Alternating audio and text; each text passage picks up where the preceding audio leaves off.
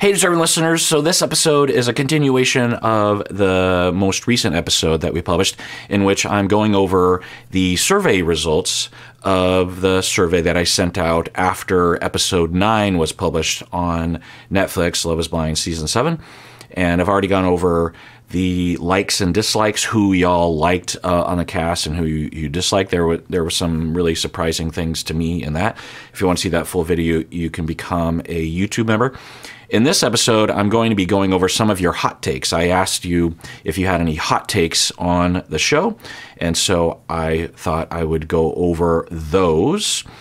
But this episode is just going to be for YouTube members, but I thought I would go over a couple for everybody here.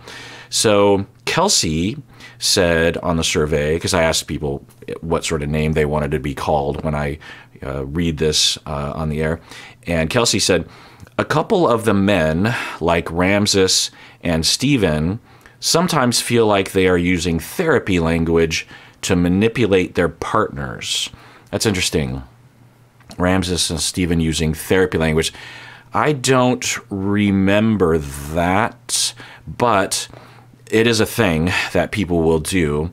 And it's complicated because on one hand, of course, we want people to be aware of therapy language, or when people exhibit that they're aware of therapy language, like attachment or something, then it is a win for us in my field, because we have been working really hard for decades to raise awareness about mental health and about emotions and about therapy. And people are more aware of it, so people are going to be integrating it into their language.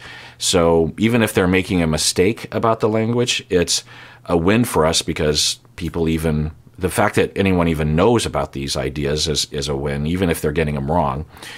It depends, of course, case by case. But yeah, what people can do, and I remember seeing this in my field, actually, that therapists would learn things and they would have these tools, and then when they would be in their own fights or conflicts with their spouses or their friends or their family members, they would start molding or using or shoving in these concepts that they've learned in graduate school to win the fight or to shut someone else's argument down. Like, oh, well, you're triangulating and that is wrong and I'm right and I know because I read a book and da-da-da-da.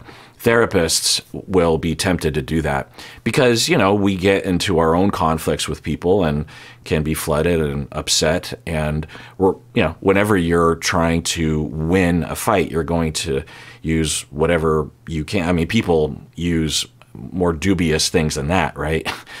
Like they'll just flat out say, you're stupid. I mean, we've seen some of that stuff on the show, right? Or when Alex just puts her hand over Tim's mouth, right? You know, we use a lot of things for ill and for non-ill, but yeah, people will do that, and apparently Kelsey observed that.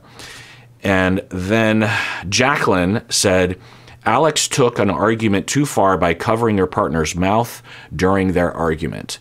Yeah, yeah, it's way too far. I mean, we weren't there, we didn't see it, and we only heard it described briefly, but I can't imagine any scenario where that would be advised or constructive or not, even non-abusive. It's hard to imagine that not being abusive. And by abusive, I don't mean that Alex is an abusive person or she is an abuser.